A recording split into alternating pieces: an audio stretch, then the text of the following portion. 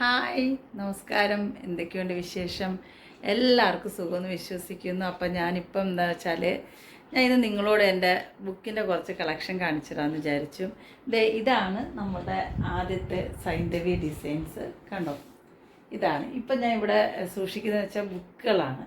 കാരണം ഇവിടെ മോനൂസും നല്ലോണം ബുക്ക് വായിക്കുമായിരുന്നു, വേദയും വായിക്കും, പിന്നെ ഞാനും കുറച്ച് ബുക്കുകളൊക്കെ വായിക്കും. അതിലിപ്പോൾ ഇതിനകത്തുള്ളതെല്ലാം ബുക്കുകളാണ് ഇവിടെ വെച്ചിരിക്കുന്ന മൊത്തം. ഞാൻ കാണിച്ചു തരാം കേട്ടോ. കണ്ടോ, ഇതെല്ലാം ബുക്കുകളാണ്. അത്യാവശ്യം കുറച്ച് എഴുത്തുകാരുടെ ബുക്കുകളൊക്കെ ഉണ്ട്. പിന്നെ ഈ ഇരിക്കുന്നതൊക്കെ വേദയ്ക്ക് പണ്ട് ബർത്ത്ഡേക്ക് ഗിഫ്റ്റ് കിട്ടിയ സാധനങ്ങളാണ്. ഇതൊക്കെ ഇത് ബർത്ത്ഡേക്ക് അവർക്ക് ഗിഫ്റ്റ് കിട്ടിയതാണ്. അപ്പം ഇവിടെ ഒരു ഗണപതി ഇരിക്കുന്നുണ്ടോ, ഈ ഗണപതിയെയും എനിക്ക് ഒരു ഗിഫ്റ്റ് കിട്ടിയതാണ്.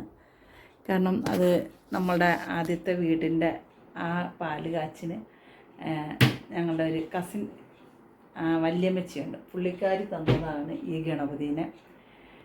ഇപ്പോഴല്ല, പണ്ടത്തെ ഒരു വീട്ടിൻ്റെ പാലുകാച്ചിന്, അതായത് നമ്മുടെ സ്വന്തം വീടിൻ്റെ ഒരു പാലുകാച്ചിന് അവർ തന്ന ഗിഫ്റ്റാണ്. അപ്പം ഇവിടെ ഇത് നമ്മുടെ ഹോളാണ് കേട്ടോ. ശരിക്കും ഞാനിത് നിങ്ങൾക്ക് കാണാൻ പറ്റുന്നതല്ല, ഇതാണ് നമ്മുടെ ഹോള്. ഇതാണ് എൻ്റെ അമ്പലം, കുഞ്ഞൊരമ്പലമാണ്. വീട്ടിനുള്ളിലാണ്. എനിക്ക് വരാഗി ദേവിനെ ഭയങ്കര ഇഷ്ടമാണ്. പുള്ളിക്കാരിനെയാണ് ഞാൻ ഇവിടെ വെച്ചിരിക്കുന്നത്. ഗണപതി ഭഗവാനുണ്ട്, പിന്നെ അതുപോലെ മധുരമീനാക്ഷി അമ്മയുണ്ട്, അതുപോലെ മുരുകനുണ്ട്. ഞാൻ ഏതെങ്കിലും ഒരു സ്ഥലത്ത് പോകുമ്പം അവിടെയുള്ള ഏതെങ്കിലും ഒരു ഭഗവാന്റെ കുഞ്ഞ് ഇത് മേടിച്ചുകൊണ്ട് വരാറുണ്ട്, വീട്ടിൽ വെക്കാറുണ്ട്. ഇതൊന്നും അല്ലായിരുന്നു, ഇഷ്ടം പോലെ ഉണ്ടായിരുന്നു.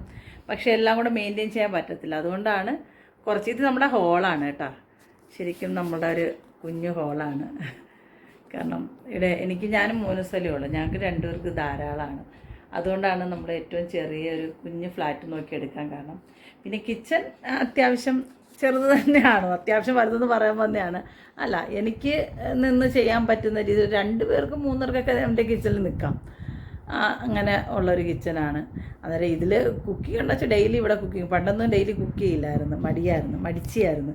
ഇപ്പോൾ ഡെയിലി കുക്ക് ചെയ്യാറുണ്ട്. പിന്നെ ഞാൻ സ്ഥിരം ഇരിക്കുന്ന വീട് ചെയ്യുമ്പോൾ സ്ഥിരം ഇരിക്കുന്ന സ്ഥലം ഇതാണ്.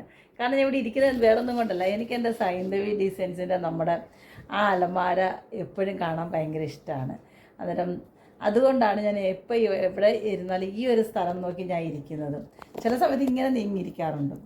അന്നേരം അങ്ങനെ ഞാൻ ഇങ്ങനെ ഇരിക്കുന്നത്. പിന്നെ എന്താ പറയുക, എനിക്ക് ഇങ്ങനെയുള്ള കുഞ്ഞു കുഞ്ഞു സാധനങ്ങൾ ഭയങ്കര ഇഷ്ടമാണ് കേട്ടോ. വീട്ടിലിങ്ങനെ വെക്കാൻ ഭയങ്കര ഇഷ്ടമാണ് ഇങ്ങനെയുള്ള കുഞ്ഞു കുഞ്ഞു സാധനങ്ങൾ.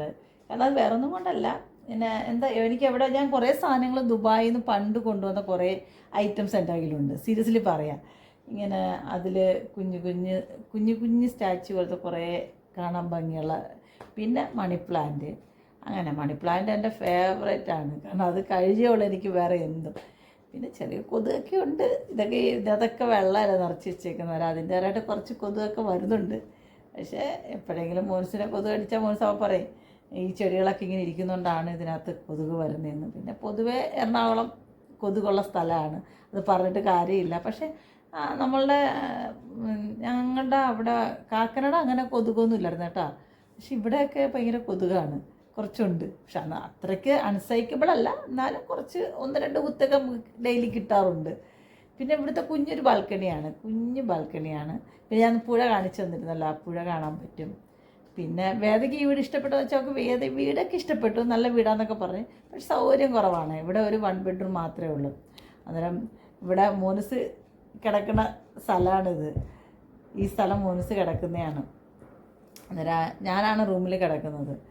അന്നേരം ചില സമയത്ത് ഞാൻ അവനെ അങ്ങോട്ട് വിളിക്കും, ആ മോനൂസ് ഇവിടെ വന്ന് കിടക്കുമ്പോൾ ചില സമയത്ത് എൻ്റെ അടുത്ത് കിടക്കും. ഇനി ഇല്ലെങ്കിൽ അളിയൻ സ്ഥിരം കിടക്കുന്ന ഒരു ഏരിയയാണിത്. കാണിച്ചു തരാവേ. നോക്കി കണ്ടോ, ഇവിടെയാണ് മോനൂസ് സ്ഥിരം കിടക്കുന്ന സ്ഥലം. പാവം, എനിക്ക് സങ്കടം തോന്നാറുണ്ട് ചില സമയത്ത് മോനൂസ് അങ്ങനെ കിടക്കുമ്പോൾ. കാരണം അവൻ്റെതായിട്ടൊരു പ്രൈവസി ഇല്ലെന്നുള്ളൊരു വിഷമമുണ്ട്. പക്ഷേ എന്തായാലും ഒരു വർഷം ഇവിടെ താമസിച്ചേ പറ്റത്തുള്ളൂ. പെട്ടെന്ന് മാറിക്കഴിഞ്ഞാൽ എഗ്രിമെൻ്റ് ഉണ്ട് നമുക്ക്. നമ്മുടെ എന്താ പറയുക, നമ്മുടെ കൊടുത്തേക്കുന്ന അഡ്വാൻസിൽ അവർ എന്തൊക്കെയോ പുതിയ റൂൾ അങ്ങനെയൊക്കെയാണ്. അങ്ങനെ അതുകൊണ്ട് നമുക്ക് 1 ഇയർ എന്തായാലും ഇവിടെ താമസിച്ച് പറ്റത്തില്ല. അതുവരെ നമ്മൾ അഡ്ജസ്റ്റ് ചെയ്യാം. പിന്നെ എവിടെയെങ്കിലും ഒരു വീട് വയ്ക്കാനുള്ള ഇതൊക്കെ നോക്കണം, വീട് വയ്ക്കണം.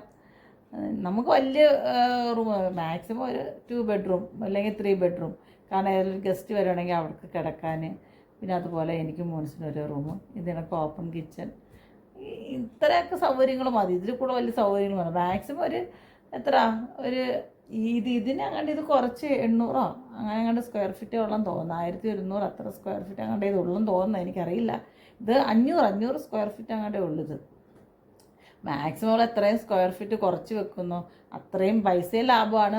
അനാവശ്യമായ സ്പേസും വരത്തില്ല, അനാവശ്യമായ സാധനങ്ങളും വരത്തില്ല വീടുകളിൽ. എനിക്ക് ഒത്തിരി സാധനമൊന്നും ഇഷ്ടമല്ല കേട്ടോ.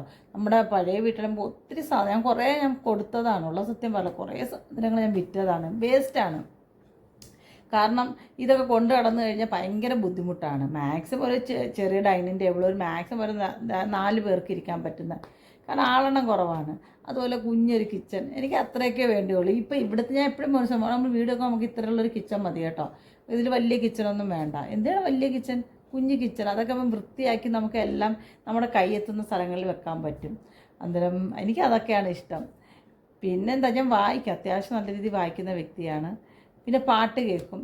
പിന്നെ ഈ ചെറുതിൽ ഡാൻസൊക്കെ പഠിച്ചിട്ടുണ്ട് കേട്ടോ, ചെറിയ പ്രായത്തിൽ ഡാൻസൊക്കെ പഠിച്ചിട്ടുണ്ട്. പിന്നെ വയലിൻ പഠിച്ചിട്ടുണ്ട്. വയലിൻ ഇതിൻ്റെ മേളിൽ നിങ്ങൾക്ക് കാണാൻ പറ്റും, അലമാരയുടെ മേളായിരിക്കുന്ന വയലിനാണ് മോനസ് മേടിച്ച് തന്ന, ഒരു ബർത്ത്ഡേക്ക് ഗിഫ്റ്റ് തന്ന വയലിനാണ് ആയിരിക്കുന്നത്.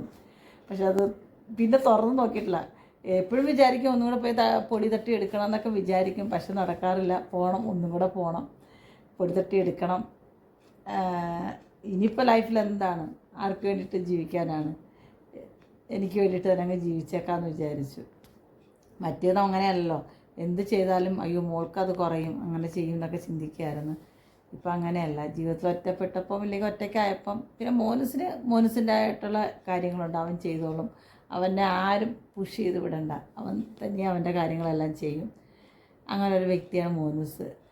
പിന്നെ എന്താ പറയുക, പിന്നെ എനിക്ക് ഏറ്റവും ഇഷ്ടം എൻ്റെ അപ്പേൻ്റെ ആയിരുന്നു കേട്ടോ. പുള്ളി പാവമായിരുന്നു, ഭയങ്കര കമ്പനിയായിരുന്നു. പക്ഷേ ഇപ്പോൾ മിസ് ചെയ്യുന്നു, ഇപ്പോൾ ഒത്തിരി മിസ് ചെയ്യുന്നുണ്ട്. അടുത്ത മാസം 3-ാം തീയതി ആവുമ്പോൾ മരിച്ചിട്ട് 2 വർഷം ആവും. ഒത്തിരി മിസ് ചെയ്യുന്നുണ്ട് അപ്പേനെ, സീരിയസ്ലി പറയാം, ഒത്തിരി മിസ് ചെയ്യുന്നുണ്ട് അപ്പേനെ.